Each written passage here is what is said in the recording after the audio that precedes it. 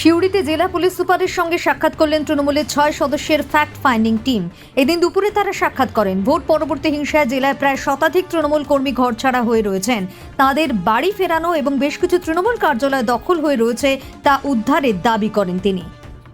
আমরা 2026 সালে বিধানসভা নির্বাচনের পরে 4 তারিখে যে রেজাল্ট বেরোয়, তারপরে যেভাবে আমাদের জেলায় জেলায়, ব্লকে ব্লকে, অঞ্চলে অঞ্চলে, বুথে বুথে তৃণমূল কংগ্রেসের কর্মীদের উপরে যে আক্রমণ হয়, আমাদের নেত্রী মমতা বন্দ্যোপাধ্যায়, অভিষেক বন্দ্যোপাধ্যায়ের নির্দেশে আমরা সেই আক্রান্ত কর্মীদের পাশে এসে দাঁড়িয়েছি।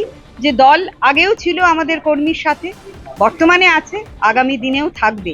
আমাদের পার্টি অফিসগুলো দখল হয়ে যাচ্ছে, সেগুলোর একটা লিস্ট দেওয়া হয়েছে এসপির কাছে। আমাদের ওখানে নানুরের ওখানে গিয়ে আমাদের একটি কর্মী আবির, তাকে মেরে ফেলা হয়েছে 5 তারিখে। এখনো যে মূল আসামি তাকে এখনো ধরা হয়নি, তাকে যাতে শীঘ্র ধরে নিয়ে যথোপযুক্ত শাস্তির ব্যবস্থা করে তার চেষ্টা করা হয়েছে আমরা বলেছি। এবং বিভিন্ন মানুষ, আমাদের তৃণমূল কংগ্রেসের কর্মীরা আজ ঘর ছাড়া, বাড়ি ছাড়া, তাদের ফিরিয়ে আনতে হবে সে কথাও বলা হয়েছে। যারা দোকান বন্ধ করেছে, ব্যবসা বন্ধ হয়েছে, তাদের দোকানগুলো খুলে দিতে হবে সেটা বলা হয়েছে। যারা ক্ষেতের ফসল কাটতে পারছে না, তাদেরও যাতে ক্ষেতের ফসল কাটতে পারে তার ব্যবস্থা করবার কথা বলা হয়েছে। আমরা সেটা মনে করিয়ে দিতে চাই যে মুখ্যমন্ত্রী, যিনি এখন বর্তমানে আছেন, বিধানসভায় বলেছেন কর্মীদেরকে তাদের বাড়ি ফিরিয়ে দেওয়ার কাজ তারই বিধায়ক করবেন, অর্থাৎ ভারতীয় জনতা পার্টির বিধায়ক করবেন, এবং লোকাল সংশ্লিষ্ট থানার আইসি বা ওসিকে নিয়ে। যিনি সেটা মুখে বলেছেন, বিধানসভায় অ্যানাউন্সমেন্ট করেছেন, সেটা বাস্তবে রূপায়িত হচ্ছে না। বাস্তবে রূপায়িত হলে আজ যেখানে যাচ্ছি এত ভয়ের পরিবেশ যে আমাদের দলীয় কর্মীরা থানায় এসে পর্যন্ত কোনো রকমের কোনো কমপ্লেন তারা দায়ের করতে পারছে না, অভিযোগ দায়ের করতে পারছে না। কেন অভিযোগ দায়ের করতে পারছে না? যদি তারা অভিযোগ দায়ের করে, কোনো থানায় যায়, তাহলে রাতের অন্ধকারে মদ খেয়ে যারা দুষ্কৃতীরা আছে ভারতীয় জনতা পার্টির, তারা সেই উত্তরীয় পরে তিলক কেটে রাতের অন্ধকারে আক্রমণ করছে। আমরা বলছি রাতের অন্ধকারে নয়, আপনার যদি আক্রমণ করার থাকে, কিছু বলার কথা থাকে, দিনের আলোতে আসুন। তৃণমূল কংগ্রেসের কর্মীরা বুঝে নেবে। তৃণমূল কংগ্রেসের কর্মীরা এখনো আছে, দলের কর্মী, নেত্রী রাস্তায় নামছেন কাল থেকে, আমরাও রাস্তায় নামবো। যদি আমাদের দলীয় কর্মীরা বাড়ি ফিরতে না পারে, যদি আমাদের দলীয় অফিস আমাদের তৃণমূল কংগ্রেসের হাতে ফেরত না দেওয়া হয়, কারণ দলীয় অফিস হলো আমাদের কাছে ধর্মের মতো প্রতিষ্ঠান। যেমন গুরুদ্বারা, মসজিদ, চার্চ, মন্দির যেমন ধর্মের মানুষের কাছে এক শক্তিস্থল, দলীয় কর্মীদের কাছেও কিন্তু এই শক্তির উৎসই হচ্ছে আমাদের পার্টি অফিস। তাই আমরা সবটা বলেছি, যদি এর কোনো সুরাহা না হয় আজকের পরে, তাহলে কিন্তু আমাদের তৃণমূল কংগ্রেস পথে নামবে, রাস্তায় নামবে, যথোপযুক্তভাবে আইনি ব্যবস্থা নেবে, আমাদের কর্মীদের পাশে থাকবে এবং প্রতিরোধ আমরা দিকে দিকে, গ্রাম বাংলায়, প্রান্তরে প্রান্তরে ছড়িয়ে দেবে। হ্যাঁ, আমরা এখন দিয়ে এসেছি, যতটা কালেক্ট হয়েছে আমরা দিয়েছি। সেখানে প্রায় শতাধিক। দিদি নিজে আবির শেখের বাড়ি গিয়েছিলেন এবং এটা মানে পুলিশ সুপারকে মনে করিয়ে দিয়েছেন যে হাইকোর্টের অর্ডার আছে যে রাজনৈতিক রং দেখে কাউকে বাড়ি ছাড়া করা যাবে না বা কাউকে ঘর ছাড়া করা যাবে না।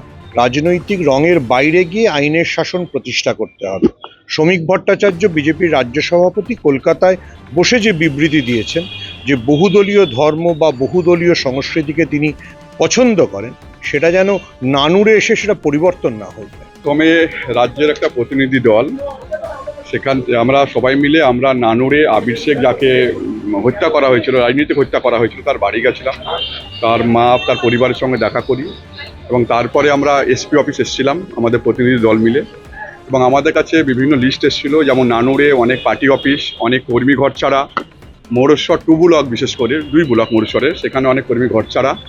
এবং এসপির সঙ্গে আমরা দীর্ঘক্ষণ আলোচনা করি এবং ওনাকে পুরো লিস্ট দিই যেগুলো অবৈধভাবে দখল করেছে, সেগুলো পার্টিগুলো যেন উদ্ধার করা হয়।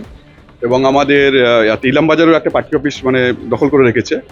এবং আমরা সবাই মিলে বলি, যারা মিথ্যামিথ্যের অনেকে কেস দেওয়া হচ্ছে, কোনোভাবে যেন মিথ্যামিথ্যে কাউকে কেস না দেওয়া হয়। প্রত্যেক মানুষের অধিকার আছে রাজনীতি করা, এবং যদি এইভাবে অত্যাচার করা হয়, তাহলে যেটা হবে, মানুষ যখন পিঠ যখন দেওয়ালে ঠেকে যাবে, তখন আন্দোলনে নামতে বাধ্য হবে। আমি বীরভূমের ভূমিপুত্র হিসাবে আমি সবাইকে আহ্বান করব, প্রত্যেক মানুষের রাজনীতি করার অধিকার আছে, প্রত্যেকে যেন শান্তি শৃঙ্খল বজায় রেখে, কারণ ওপরে লিডারদের খুব একটা বেশি ক্ষতি হয় না, যা হয় গ্রামে খেটে খাওয়া সাধারণ মানুষ যারা বিভিন্ন পার্টির সঙ্গে যুক্ত, তারা জানেও না যে কী হচ্ছে না হচ্ছে, মানে গ্রামের মধ্যে আতঙ্কের পরিবেশ। এখানে নানুর গেছিলাম, শুধু পার্টি কর্মীরা নয়, সাধারণ মানুষ তারা আতঙ্কিত আছে। সামনে আমাদের বিভিন্ন পরীক্ষা আছে, যে সব বাচ্চারা মানে যেসব ছেলেমেয়েরা মানে পরীক্ষা দেবে তারাও আতঙ্ক আছে। এইরকম কোনো পরিবেশ যেন আমাদের বীরভূমের কোনো বিধানসভাতে কোনো গ্রামে যেন নষ্ট নয়, সে আহ্বান করছি এবং প্রশাসনকেও জানিয়েছি।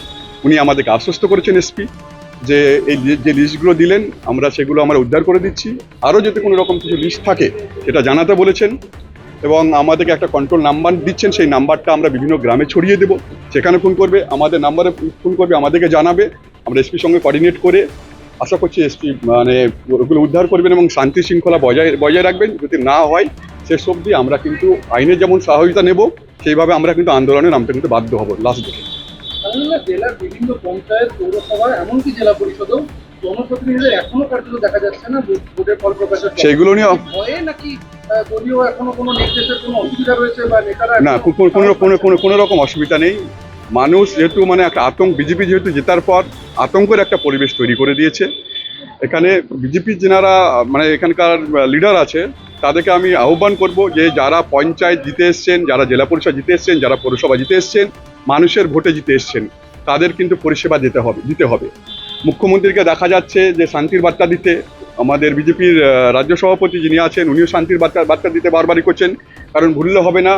যেমন মানুষের ডেভেলপমেন্টের ক্ষেত্রে যেমন একটা এমএলএ এমপির যেমন ভূমিকা আছে, পঞ্চায়েত জেলা পরিষদ এবং পৌরসভার স্তরেও তাদের কিন্তু ডেভেলপমেন্টের একটা মানে মানুষের একটা মানে ভূমিকা, প্রত্যেকের ভূমিকা আছে। প্রত্যেককে কাজ যেন করতে দেওয়া হয়, প্রত্যেকে আশা করছি কিছুদিনের মধ্যে, সেটাও এসপির সঙ্গে আলোচনা করেছি, উনি আশ্বস্ত করেছেন যে সবাই যেন ঠিকঠাকভাবে বিভিন্ন পঞ্চায়েত দপ্তর থেকে আরম্ভ করে, জেলা পরিষদ দপ্তর থেকে আরম্ভ করে, পৌরসভা দপ্তর থেকে আরম্ভ করে যাতে কাজ করতে পারে, সে ব্যাপারে উনি বলেছেন যে আমরা আশ্বস্ত করছি, কোনো রকম যদি কোনো কিছু ইস্যু হয় আমাকে জানাবেন, আমি ইমিডিয়েটলি আমি চেষ্টা করব। তৃণমূলের কি ফ্যাক্ট ফাইন্ডিং টিম এসেছিল সেটা আমি বলতে পারবো না ওদের ডিটেলস কি, তবে এটুকু বলতে পারি গত 21শে বিধানসভা নির্বাচনের পর যে পোস্টপল ভায়োলেন্স হয়েছিল সেখানে প্রায় 97 জন বিজেপি কর্মী পশ্চিমবাংলার বুকে নিধন হয়েছিল এবং প্রায় 70-এর ওপর রেপ হয়েছিল এবং সেটা নিয়ে সিবিআই তদন্ত হয়েছিল হাইকোর্টের কেসে, এখনও সেটা চলছে। বীরভূমেই শতাধিক কেস রেজিস্টার্ড হয়নি, যে কেসগুলো পুনরায় বা হতে চলেছে, সেই তুলনায় 26-এ কোনো ভায়োলেন্স হয়নি। ব্যক্তিগত স্তরে কেউ কাউরির টাকা মেরেছে, কেউ কাউরির জায়গা দখল করেছে, সেইটা তার ঘরোয়া ঝগড়ায় ছোটোখাটো ব্যাপার ঘটে থাকতে পারে, সেটা হাতাহাতি পর্যায়ে আছে। কোনো রকম একটাও রক্তপাত হয়নি, কোথাও কোনো মানুষ রেপ হয়নি, কোনো পার্টি অফিস কেউ দখল করেনি। যেটুকু একটু আধটু হয়েছিল আমাদের খবর দেওয়া মতো আমরা খুলে দিয়েছি। 21-এর ভায়োলেন্স যদি ওদেরকে ফেস করতে হতো, দলটা তো এমনিই খুঁজে পাওয়া যাচ্ছে না, তাহলে তো কপ্পুর হয়ে যেত। কে ফ্যাক্ট আর কিসের ফাইন্ডিং, এটাই তো অবাস্তব ব্যাপার। ওরা যা করছে করতে দেন, বাংলার মানুষ রায় দিয়েছে, আগামী দিনে আবার তাই দেবে। এখন নাটকবাজি করতে এরা ব্যস্ত, এছাড়া কিচ্ছু নয়।